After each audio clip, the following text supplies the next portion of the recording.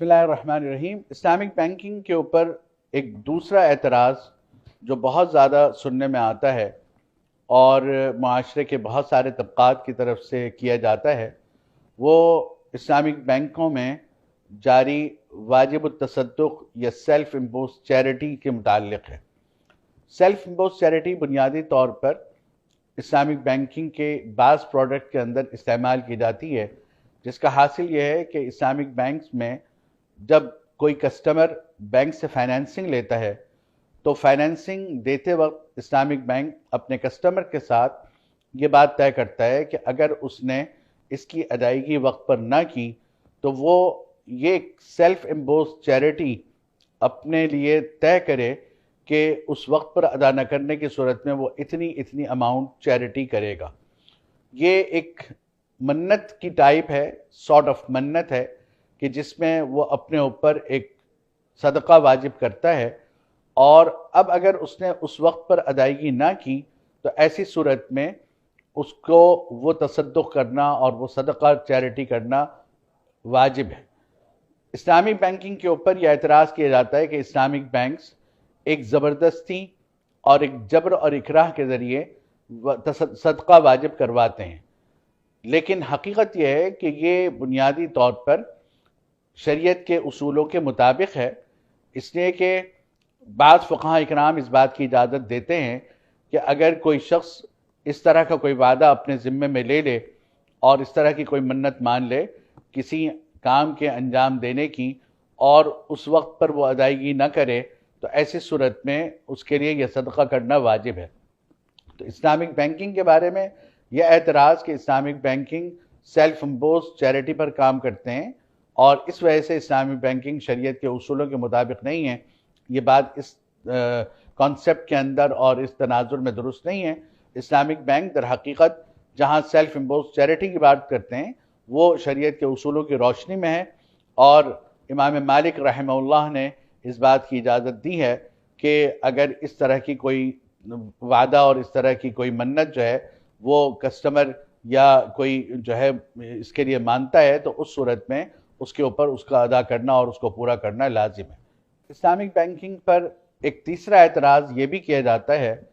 کہ Islamic bank بنیادی طور پر اپنے سارے معاملات کے لیے اسٹیٹ بینک سے تعلق رکھتے ہیں، اور اسٹیٹ بینک کا پورا نظام جو ہے وہ سودی ہے، تو ایک اسٹیٹ بینک اور جو مرکزی بینک ہے اس کے معاملات جب سود کی بنیاد پر ہیں، اسلامک بینکنگ اپنے تمام معاملات میں اس کا محتاج ہے، تو یہ کیسے ممکن ہے کہ اسلامک بینکنگ سود کے معاملات سے الگ رہ کر کوئی خدمت انجام دے سکے اور اس کے معاملات سودی نظام سے الگ ہوں؟ تو اس لیے یہ اعتراض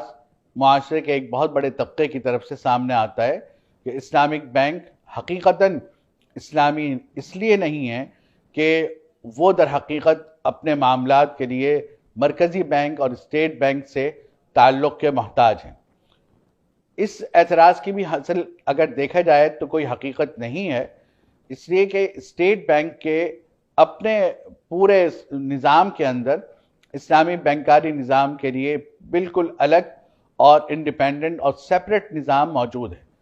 اسلامک بینک اپنے وہ معاملات جن کا تعلق شریعت سے ہے اور جن کا تعلق مالی معاملات میں شریعت کے اصولوں کی پاسداری ہے،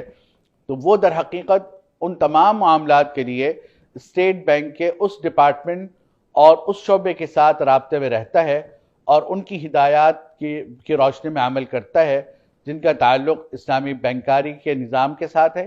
اور اسٹیٹ بینک نے اپنے ہاں اس طرح کا ایک پورا نظام بنایا ہے، یہاں تک کہ اسٹیٹ بینک نے اپنے اس نظام کو دیکھنے کے لیے جو اسلامی بینکوں سے متعلق ہے اپنے شریعہ بورڈ بھی الگ سے ترتیب دیا ہے، اور وہ شریعہ بورڈ بھی اسی نظام کا حصہ ہے جو در حقیقت اسلامی بینکاری سسٹم سے متعلق ہے۔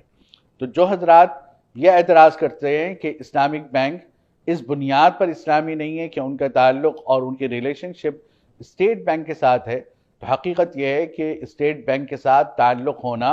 اور اسٹیٹ بینک کے ساتھ معاملات کی انجام دہی کے لیے ان کی ہدایات لینا، جبکہ وہ اسٹیٹ بینک کے ہاں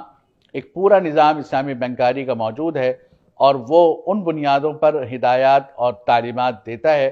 تو اسلامک بینک در حقیقت انہی تعلیمات پر عمل پیرا ہوتا ہے جو اس کو اسلامی بنیادوں پر اور شریعت کے رہنما اصولوں کی روشنی میں دیا جاتا ہے. لہذا اس اعتراض کی بھی در حقیقت کوئی گنجائش نہیں ہے، اور اسلامک بینک در حقیقت اسلامی بنیادوں پر ہی کام کرتے ہیں، باوجود کہ وہ اسٹیٹ بینک کے ساتھ اپنے معاملات کی انجام دہی کے اندر اس کی ہدایات کے اور اس کی تعلیمات کے محتاج ہیں.